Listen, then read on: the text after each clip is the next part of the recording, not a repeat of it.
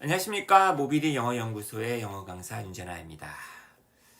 역대급 문제를 찾아서라는 카테고리가 있죠. 지금 수능, 경찰대, 사관학교, 모의고사 정말 어려웠고 화제가 되었고 괴랄스러웠던 문제들을 좀 엿보고 있습니다. 이제 그런 문제들을 보면서 사실 그 문제에만 한정된 이야기를 하는 게 아니라 더 넓고 더 깊은 얘기를 하면서, 그죠?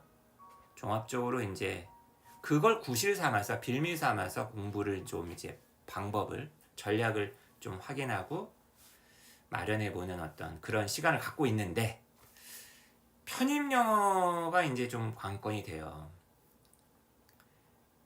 이제 소재를 찾아서 편입 영어를 쑤셔본 건 아니고요.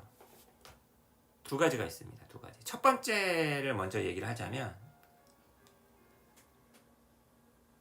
우리나라 시험에서 중심에 해당하는 게, 교육에서 중심에 해당하는 게 대입이잖아요. 대입.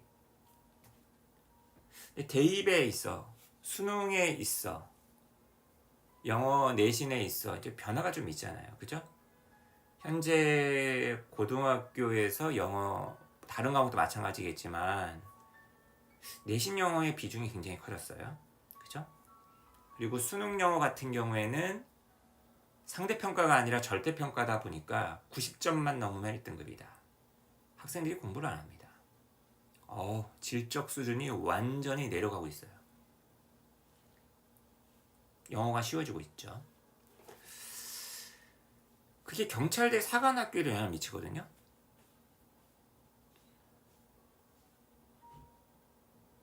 편입 영어는 어떨 것 같아요? 편입 영어. 제 개인적인 생각이지만 편입 영어를 낱낱이 지금 분석을 하고 있지는 않지만 편입 영어도 분명히 영향을 받을 것이다 라는 게 제 생각입니다. 그래서 제가 이제 기존에 좀 수능 영어 분야에서 좀 어려운 교재를 좀 많이 써왔잖아요. 모르시는 분도 많으시겠네. 제가 이제 쓴 교재들 가운데서 이제 가장 유명한 교재가 고백서. 여기 있네. 제가 미리 준비한 거 아닙니다. 여기 책상에 있어서. 고급 영어 백서. 고난도 독해로 좀 유명한 교재인데, 원서들을 활용해서 만든 교재인데, 저 교재가 수능 영어 절대평가가 된 뒤로는 판매량이 좀 줄어들었어요. 솔직하죠? EBS 영향도 있긴 하지만, 그죠? 근데 의외로 저 교재를 찾는 이제 고객, 소비자의 변화가 좀 있습니다. 편입 영어하고 공무원 영어를 준비하시는 분들 중에서 좀 많이 보세요. 찾고 암암리에 입소문으로. 이제 공무원 영어 같은 경우는 제가 공무원 영어를 살짝 건드리니까 이제 타고 와서 이제 살 수 있다라고 볼 수 있지만, 편입 영어는 정말 순전히 저게 유용하니까 산다라는 얘기거든요. 저는 편입 영어랑 아무런 관련이 없어요. 편입 영어 지문들 이제 곧 있으면 이제 확인할 텐데, 오늘부터 어렵습니다. 지문이 일단. 근데 편입 영어를 준비하시는 분들, 편입 영어를 희망하시고 꿈꾸고 편입을 꿈꾸고 희망하는 분들이 다 영어를 잘하는 건 아니잖아요. 실전 문제들은 굉장히 어려운데 내 실력은 이거예요. 괴리감이 굉장히 클 거 아닙니까? 단계상으로 밟아 올라가야 되는데 이 단계상으로 밟아 올라갈 만한 교재가 없는 거야. 물론 학원에서 만들어주는 어떤 프린트물이 있을 수 있겠죠. 검증된, 공인된 그 무엇. 고백서를 그렇게 활용하시는 분들이 많더라고요. 책 좋거든요. 내가 너무 제 입으로 홍보를 하는 것 같아서 그렇네요. 그러니까 이런 것 때문에라도 한번 편입 영어를 좀 다뤄봐야겠다라는 생각이 좀 들었어요. 고백서하고의 연관성 때문에라도. 그래서 이제 그 편입 영어를 현장에서 강의하시는 강사님께 여쭤봤죠. 작년 편입 영어 기출 문제들 가운데에서 학생들과 함께 풀어봤더니 어떤 문제를 학생들이 좀 어려워하나요? 제가 한번 다뤄보겠습니다. 유튜브 채널에서. 했더니 딱 지금 얘기한 게 중앙대. 2020년 1월 12일에 치러졌었던 2022학년도 영어입니다. 이거 맨 마지막 문항 39번, 40번 한번 오늘 풀어볼 거예요. 자, 그 다음 제 개인적으로 편입 영어하고는 아무런 관련이 없지만 편입 영어와 관련된 얘기를 하게 될 때가 있어요. 가끔 이제 수능을 치른 학생들 가운데에서 물어볼 때가 있어요. 일단 제 점수에 맞춰서 이 대학을 가긴 가는데 나는 아무래도 반수를 더 준비해야 될 것 같다. 아니면 아예 그냥 반수하면 어차피 점수가 안 오를 수 있으니 난 아예 그냥 학교 안 가고 N수에 올인하겠다. 이게 늘 수능을 공부해왔던 학생이니까 바로 생각해 볼 수 있는 선택지죠. 근데 그게 이제 되게 뭐랄까 집착? 강박? 집착이죠, 집착. 현실을 계속 부정하고 피하려고 하는 어떤 그 집착같이 보일 때가 있어요. 대학도 다녀보고 적성도 보고 대학이 정말 내 마음에 들 수도 있잖아. 그 학과가 내 마음에 들 수도 있잖아. 단지 사회적인 어떤 시선에 의해서 꼭 저 과를 가려고 내가 수능을 다시 본다? 내 실력은 여기밖에 안 되는데 모의고사 한두 번 본 거 가지고 내 실력은 이 정도일 것 같아. 쟤는 나보다 분명히 모의고사 못 봤던 아이인데 나보다 더 좋은 대학 가 있네? 이런 거 있잖아, 이런 거. 되게 객관적인 어떤 시선, 냉정한 시선이 아니라 그냥 되게 감정에 기반한. 그래서 이제 수능이나 N수, 반수를 준비한 친구들이 있는데 선택지를 좀 하나만 더 늘려봐라. 편입 어떠냐? 이런 얘기 제가 많이 하거든요. 편입은 수능하고 다르게 모든 과목을 다 준비하는 게 아니잖아요. 영어 거의 절대적이죠. 영어 실력이 내가 아주 월등하다라고 한다면 편입 어떨까? 물론 편입 영어가 수능 영어랑 갭이 크기 때문에 편입 영어만 준비해서 편입 영어만 준비하고 있는 경쟁자들이 있단 말이에요. 그분들을 무시할 수 없단 말이야. 분명히 공부해야 돼요. 하지만 대학 생활도 하면서 시간은 벌면서 자신이 정말 가고자 하는 대학으로 갈 수 있는, 물론 TO 같은 게 항상 날이라는 보장도 없고 경쟁률이 되게 치열하긴 하지만 이런 얘기를 좀 아이들한테 들려줬었는데 그 아이들한테 그냥 막연하게 그렇게 충고? 조언을 하는 것보다는 뭔가 문제 한 문제라도 풀고 야, 편입 영어는 이런 문제야, 이런 식으로 나와 라는 걸 좀 보여주면서 얘기를 하면 어떨까. 제 개인적으로도 좀 아쉬웠거든요. 그래서 겸사겸사 이 영상을 지금 촬영하고 있습니다. 참 목적의식이 많네요. 그죠?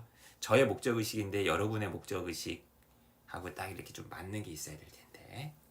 자, 다시 돌아와서 중앙대학교 작년도 39, 40번 문제를 푸는데 와, 이게 장난 아니네. 장난 아니야. 1시간이에요. 1시간. 1시간에 지금 40문항 풀어야 돼요. 문제 한번 확인해 볼까요?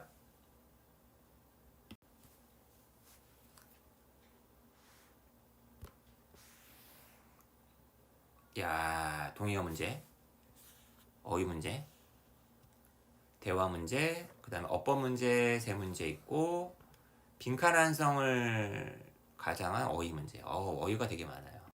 그러니까 그만큼 영어 텍스트를 많이 읽어야 되는데 너 영어 공부 좀 많이 했냐?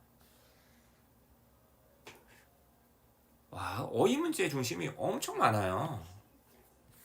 어휘 싸움이 어딨어? 어휘 싸움입니다. 이제 서서히 이제 한 40문항 중에서 한 5번까지는 거의 어휘 문제라고 볼 수 있고, 이제 26번부터 이제 빈칸 완성, 지문이 서서히 길어지죠? 야, 여기 보세요. 27번. 추론 문제 보이십니까? 추론 문제? 추론도 적합하지 않은 걸 고르는 거야. 그 다음에 28번 문제, 결국 또 어휘 문제네? 수능에도 이런 문제 있잖아요. 그죠?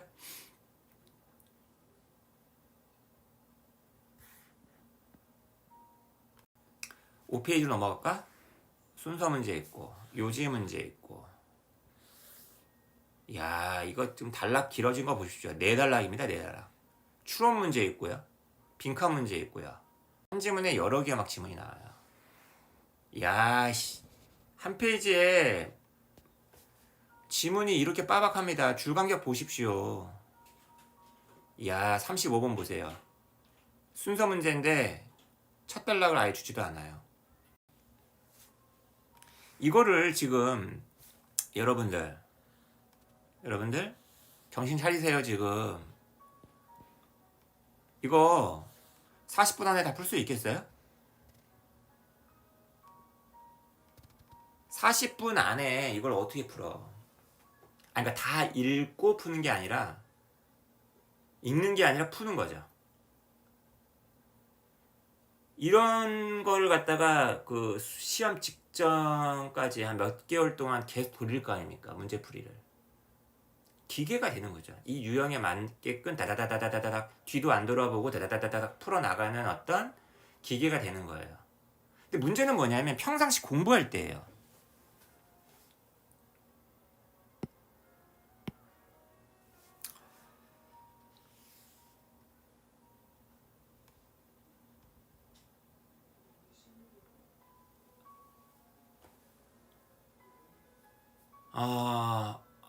수능 영어 강의를 할 때도 솔직하게 제가 얘기해서 어떤 빙산이 있으면 그 빙산의 일각을 가지고 지금 강의를 하는 거 아니야. 근데 빙산을 보면서 강의하는 사람과 빙산을 보지 않은, 못 보면서 강의하는 사람들이 있어요. 제가 빙산을 보는 강사라고 저는 단언을 못 하겠습니다. 보려고 노력은 해요. 근데 많이 부족합니다. 근데 제가 감히 이런 얘기 드리기는 좀 그렇지만 빙산 따위는 아예 생각도 안 하고 요것만 갖고 얘기하는 사람들 정말 많아요. 그리고 솔직히 빙산을 모르는 것 같아. 모르니까, 빙산을 아예 짐작이 안 되니까 요것만 보고 강의하고 요거 안에서만 풀라고 애들한테 강요를 합니다. 근데 무언가를 이해하기 위해서는 빙산을 봐야지만 이해할 수 있는 게 있거든요. 저는 궁금한 거예요. 정말. 이거는 그냥 뭐 편입영어, 수능영어를 다 떠나서 이 지문을 평상시에 편입영어 강사들은 어떻게 강의할까가 정말 궁금한 거예요. 듣고 싶어요, 솔직히.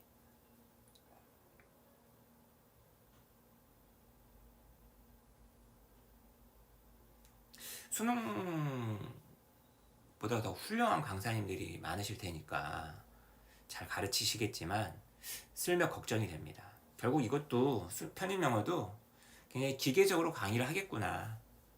다 읽지 마. 여기만 봐. 끝.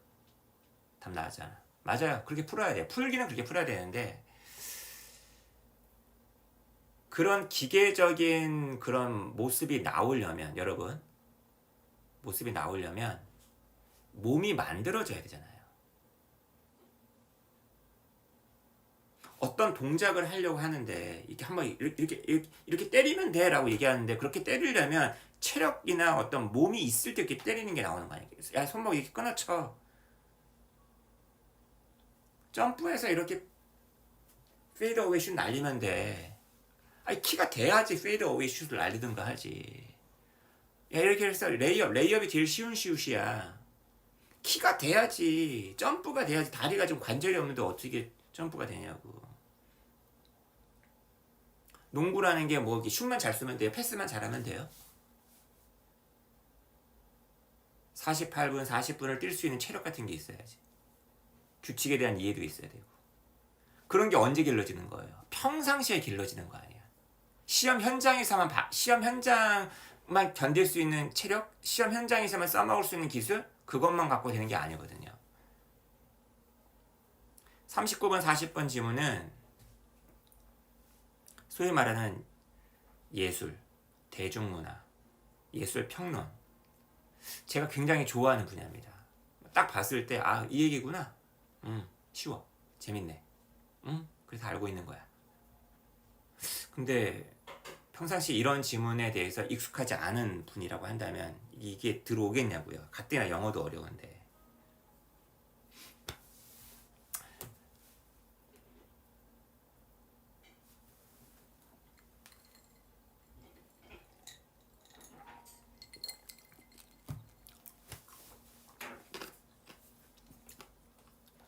39번, 40번 이제 본격적인 얘기. 왜 이렇게 앞에 너무 얘기를 많이 했어. 한번 가볼까요? 제남의 얼굴이 옆에 있으니까 이게 가뜩이나 텍스트도 많은데 제남의 얼굴이 있으니까 너무 부담스럽죠, 여러분. 너 여기로 와. 너 여기로 와. 난 쬐끄맣게 있어. 쬐끄맣게 있어. 텍스트가 너무 많으니까 한번 읽어볼까요? 여기 일단 문제 확인부터 해야죠. 39번 A와 B에 들어갈 어휘예요. A 여기 있고 첫 단락의 아랫부분에 있고 두 번째 단락의 앞부분에 B가 있네요. 그죠? 와, 39번 보세요. A는 좀 쉽네. 내가 모르고 있는 단어 한 단어, 내가 알고 있는 단어 세 단어. B도 다 내가 알고 있는 단어들인데? 근데 수능 영어로만 얘기할게요. 수능 영어는 요거 모를 거예요. 요것도 모를걸? facilitate라는 동사는 많이 들어봤겠지만 요건 모를 거야. 요거는 많이 봤을 것 같은데? 아닌가? 무자비한, 쉼없는, 끊임없는, 릴렌트가 없다는 얘기거든요. unremitting. 이거 모를 것 같은데? 수능 영어 준비하는 친구들은? 경찰대 준비하는 친구들은 알 수도 있겠네요. 그죠? 그 다음에 추론 문제예요. 가장 적합한 걸 고르래요. 추론입니다. 나오지 않는 거는 고르면 안 돼요. 알겠어요? 자, 이렇게 해서 딱 끝나요. 40번에서. 이게 지금 총 몇 페이지지? 10페이지인가? 엄청 많아요. 7페이지. 갑니다. 늘 얘기하지만 모든 글은요, 첫 단락은 좀 천천히 읽어요. 첫 단락은 천천히 읽어야지 이 글의 전반적인 흐름을 알 수가 있거든요. 자, 첫 단락 저랑 같이 한번 읽어볼까요? 읽어볼게요. 대부분의 평론가들, 특히 요러요러한 카인드들은 이제 하이브라우라는 거는 이제 되게 고상하고 좀 있는 척 좋아하고 대중문화 깔보고 자신의 어떤 신미안을 되게 높이 평가하고, 그죠? 상것들. 얘는 무슨 추리소설을 읽니? 로맨스 소설 읽니? 소설에만 뭐 헨리 제임스 정도는 읽어줘야 돼. 고전 캐논을 쫙 읽어줘야 돼. 서울대학교 교수님들 쫙, 그죠? 하이브라우 카인드. 이런 대부분의 어떤 평론가들은 디플로 했습니다. 대중문화 1950년대. 당연히 대중문화 깠겠죠. TV 드라마 저속하다고 난리 났겠죠. 유재석 그거 뭐야, 그죠? 김구라 이건 뭐야, 천박해, 그죠? 그리고 많았다. 디플로 할 것이 많았다, 그죠? 그 다음에 프리펀더런스라는 거는 이제 우세, 지배잖아요. 이런 파퓰러, 대중, 페어의 어떤 프리펀더런스. 그리고 그것이 얘가 쫙 나와 있어요. 할리우드 영화, 무슨 호러, 만화들, 그 다음에 쾅쾅쾅쾅, 해머즈라는 어떤 락큰롤 음악. 이런 것들은 오직 한 가지의 리디밍 벌추라는 걸 갖고 있었다. 뭐야? 이 글 쓴 사람은요, 지금 뭐라고 했어요? 미덕이 있대요, 얘네들에게. 바로 트랜지언스라는 미덕이 있었다. 트랜지언스 좀 어렵죠? 일시성, 유한함. 그러니까 지금 이 글 쓴 사람의 어조가 약간 놀리는 것 같지 않아요? 야, 쟤네들이 갖고 있는 미덕이 있어. 김구라, 유재석의 미덕이 있어. 복면가왕의 어떤 미덕이 있어. 잠깐이야. 곧 사라져. 이게 만약에 계속 영속적으로 남아있으면 문제잖아요. 잠깐이야. 텔레비전은 모든 사람의 위핑 보이였습니다. 이게 무슨 말일까? 옛날에 귀족 자제들은 좀 이제 숙제를 못 해가더라도 선생님한테 매를 안 맞았다면서요. 대신 매를 맞아주는 시종을 데리고 갔다는 거 아니야. 텔레비전은 누구나 까는 대상이었습니다. 그리고 그것의 어떤 페어를 갖다가 텔레비전의 페어를 갖다가 컨템플레이트 할 때 심지어 하이브라우 카인드의 비평가들 뿐만 아니라 서울대 교수님들 뿐만 아니라 심지어 미들브라우, 다시 말하면 중간 정도 중간급이야. 중간급이니까 예를 들면 뭐 이런 급이겠죠. 뭐 예를 들면은 뭐 중앙일보의 칼럼니스트, 서울대 교수님급은 아니잖아요. 좀 약간 좀 내려온 거 아니야. 좀 대중과고 만나는 어떤 급이잖아요. 그런 칼럼니스트, 이런 분들이 어떻게 했다? 지금 철저하게 지금 A 맞추려고 하는 겁니다. 그리고 저는 철저하게 뭐 하려고 하고 있냐면 이 글 전체의 주제를 잡으려고 하고 있어요.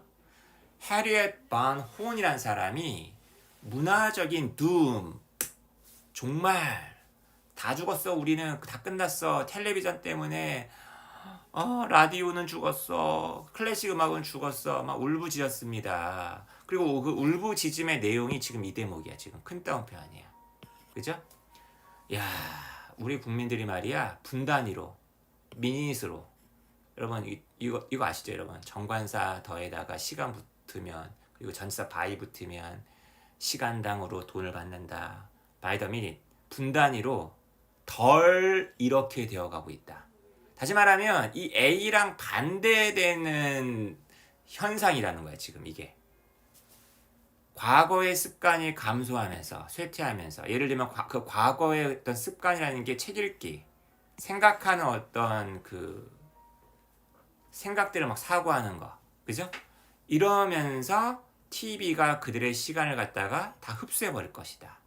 21세기가 돼버리면, 그러니까 이 사람이 지금 1950년대 사람이잖아요.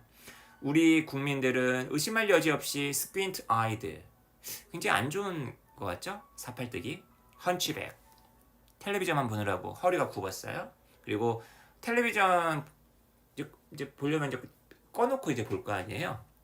영화 보려면 다 꺼놓고 영화 보잖아요. 어둠을 좋아하게 될 것이다. 그죠?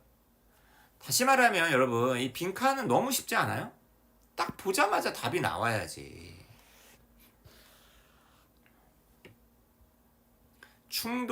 덜 충동적이래? 덜 사력 있게 돼? 잠깐만, 이거는 괜찮네. 2번 3번. obdurate, 발음 자체가 굉장히 stubborn, 고집세 보이지 않나요? 답은 2번 하면 3번일 텐데 출제자의 의도를 딱 간파해야죠. 사람들이 책 안 읽고 생각 안 하고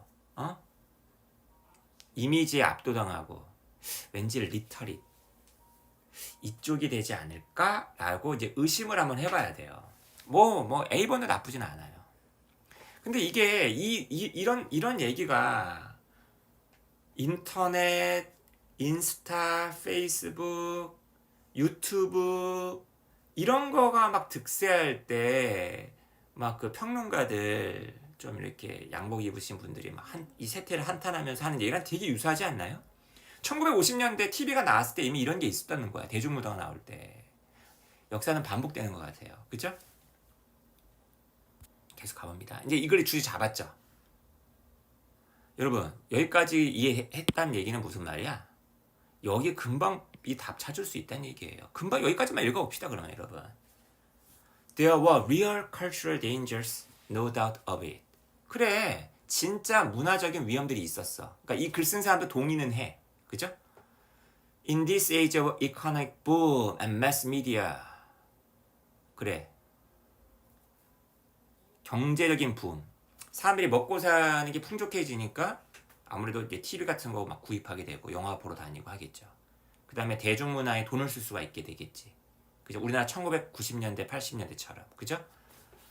매스미디어의 시대에 문화라는 것은 마치 치약처럼 일상의 소비품처럼 만들어졌다. 그러니까 문화가 막 막 대량 생산내는 거예요. 소비되었다. 아주 가공할 어떤 속도로. 이 삐리리한 어떤 압박은 did tend to lower the quality of the product. 그 제품의 질을 낮추는 경향이 있었다. 여러분, 어떤 압박이 있었을까요? 막 찍어대. 엄청난 속도야. 무자비하죠. 아주 그냥 뭐랄까 쉼이 없죠. 막 달려가죠. 공장은 계속 돌아가죠. 아이돌 그 그룹들 보세요. 그 회사들 보세요. 뭐 하나 딱 찍어내고 그거 나오면 바로 다시 그냥 다른 제2의 어떤 그 아이돌 그룹 기획하려 내놓고 계속 돌리잖아요. 얘 쉬고 있을 때 얘 쓰고 얘 쉴 때 얘 쓰고 남자 쓰고 여자 쓰고 3명 나왔다 8명 나왔다 막 돌리잖아요, 여러분. TV 계속 24시간 돌아가잖아요. 뭐가 용이하게 만들어주느냐. 아, 2번, 3번 중에 고민했었는데 B를 보니까 2번은 아니구나. 답 3번 끝. 적절한. 끊임없는. 얘 동의하긴 하네요. 그죠? 근데 이 글 쓴 사람은 이런 대중문화에 대해서 무조건 비판하는 쪽이다? 근데 여기 반전이 바로 나옵니다. 옛. 아까 제가 읽었던 문장 바로 다음에 예시 나와요. 근데 말이야, 상황이 말이다. Not so dismal as the pessimist claimed. 앞에서 얘기했었던 비관주의자들이 주장했던 것만큼 그렇게 암울하지만 않았어. 야, EBS라는 곳도 있다? TV에서 막 TV 예술 무대 이런 게 있어. 막 클래식 같은 거 좀 더 대중하고 가까운 그런 공연 같은 거 해줘. 나름 고품격 방송들 많다. 다큐멘터리 많다. 뭐 이런 얘기 막 나온다고요. 여기를 읽을 때요, 여러분. 이런 여기 나와 있는 나 로렌스 올리비에 모르는데, 나 노인가봐, 나 해밍웨이 모르는데 이러지 마시고요. 어떤 내용일까 막 예상을 하면서 가보는 거야. 제 마지막 단락이에요. 왜? 내가 마지막 단락 읽는 이유는 이 40번 문제 지금 염두에 두고 지금 푸는 겁니다. 이제 이쯤 되면은 감을 잡았어. 이 글의 흐름, 이 사람이 어떤 얘기를 할지 대충 감이 와. There were other oases in the cultural wasteland. 문화의 황무지 안에 다른 오아시스들도 있었다. 그러니까 앞에서 얘기했던 게 오아시스였다는 거 아니야. 정말 이 황무지 같은 그 모더니즘 아니면 아주 예술 지상주의자들의 입장에서 봤을 때는 아주 구름 위에 있는 이 대중문화라는 게 얼마나 황무지였겠어요. 근데 그나마 어떤 오아시스 같은 게 있었다는 거 아니야. 근데 다른 오아시스도 있었다면서 더 추가적인 예를 드는 거죠. 갑자기 잭슨 폴락이라는 어떤 화가 나오네요. 그 다음에 모트 살이라는 어떤 세타이어리스트 풍자가 얘기가 나오네요. 클래시컬 뮤직 얘기 잠깐 나오네요. 이게 확장됐다 뭐 이런 얘기 나오네. 이게 전부 다 봐봐. 여기 뒤에 5번째 줄부터 한번 읽어볼게요. 뮤직이라는 것은 사실상 went a long way, 긴 길을 갔다. toward, 어디 쪽으로? 대절을 증명하는 쪽으로 갔대요. 대절을 증명했대요, 결국에는. 미국의 문화적 오아시스가 might yet become bigger than the wasteland itself. 그 황무지 그 자체보다도 더 크게 될지도 모르겠다. 야, 오아시스 원래 사막에 오아시스가 이렇게 있는 거 아니야? 어쩌다 한 번씩. 그게 아니라 오아시스가 커져버리는 거야. 압도하는 거죠. 1955년에 대략 3,500만 명의 사람들이 고전음악 퍼포먼스 공연에 갔다. 와, 대단하네. 이거는 2배 이상이었다. 그 해에 attendance at Major League Baseball Games. 대중문화의 한 축이 스포츠 아닙니까? 야구 경기에 보러 간 그 관객보다 고전음악 들으러 간 사람이 더 많았다는 거야. 와, 이게 단순히 대중문화만 욕할 게 아니구나. 굉장히 희망적인 어떤 내용으로 글이 끝나고 있네요. 끝났어요, 여러분. 중간에 나오는 얘들은 뭐 그냥 뭐. 저는 되게 관심이 있는데 여러분들, 저는 다 찾아볼 거야. 잭스 폴락. 저는 이 글 읽으면서 모르트 살이라는 사람을 처음 알았어요. 아, 저 사람이 얼마나 대단한 유머 풍자가이길래 한번 찾아봐야 되겠어? 근데 이걸 읽을 때만큼은 관심이 없어요. 문제 풀어야 되는데 그걸 다 읽고 나서 이제 관심을 갖는 거죠. 수능도 마찬가지고 다른 시험도 마찬가지 아닙니까? 문제풀이 방식은. 다만 평상시에 이런 글을 읽었어야 돼. 이런 주제 글을 읽었어야 돼. 이렇게 과감하게 툭툭툭툭 나가려면. 40번 문제 갈게요. 추론할 수 있는 겁니다. 1번 보세요. 1950년대의 프리베일링 무드는 패시미즘이었다. 너무 이거 심하지 않아요? 평론가들이 패시미즘이었지. 대중문화를 바라보는 게. 1950년대 전체는 경제에 아까 부흥기였어요. As there was much more talk of avant-garde in literary and intellectual circles. 문학 서클들, 지식인들의 어떤 서클, 사상 서클즈에는 아방가르드, 전위. 이 아방가르드라는 내용이 본문에 나오나요? 한 번도 안 나와. 아방가르드 알고 있어야 돼. 혁신, 전위, 남이 건들지 않는 예술의 어떤 경계를 막 허물어뜨리는 백남준, 이런 사람들. 이런 사람들에 대한 훨씬 더 많은 토크가 있었기 때문에, 이것에 대한 논의가 있었기 때문에 패시미즘이었다? 말도 안 돼. 2번. 대중문화의 어떤 데카당스에도 불구하고 1950년대의 문화는 그렇게 어둡지만은 않았다. 아까 디즈말, D-I-S-M-A-L의 동의어가 B-L-E-A-K입니다. 데카당스라는 것은 되게 막 세기말, 막 우울하고 천박하고 퇴폐적이고, 이게 되게 데카당스 아니야. 가장 근사한 게 2번 아닌가요?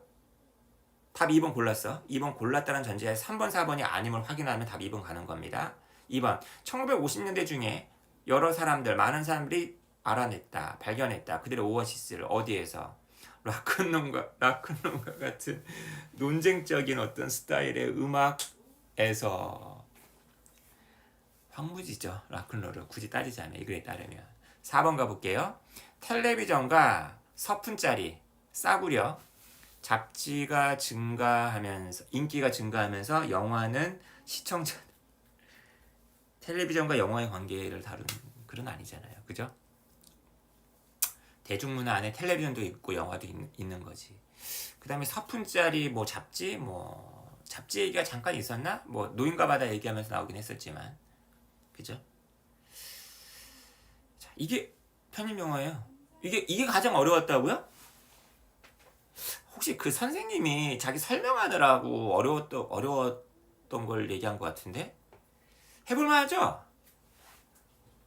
우리 반수, N수 고민하시던 분들 한번 가보죠. 중앙대 한번 가봅시다. 중앙대 좀 별론가요? 중앙대 정도는 훌륭하죠. 최근에 막 좀 안 좋은 사건이 하나 있어가지고 중앙대에 대한 이미지가 조금 모르겠어요. 더 얘기하지 않겠습니다. 그나저나 그 손정민 사건은 어떻게 됐는지 궁금하네요. 참 불쌍해요, 그 친구. 그냥 실족사로 그냥 끝나버리는 것인지. 어쨌거나 여러분, 중앙대 편입 영어를 한번 공부해 봤는데 39, 40번을 풀어보니까 오히려 희망을 본 것 같은데? 이 정도 문제면 우리 도전해볼 수 있지 않을까요?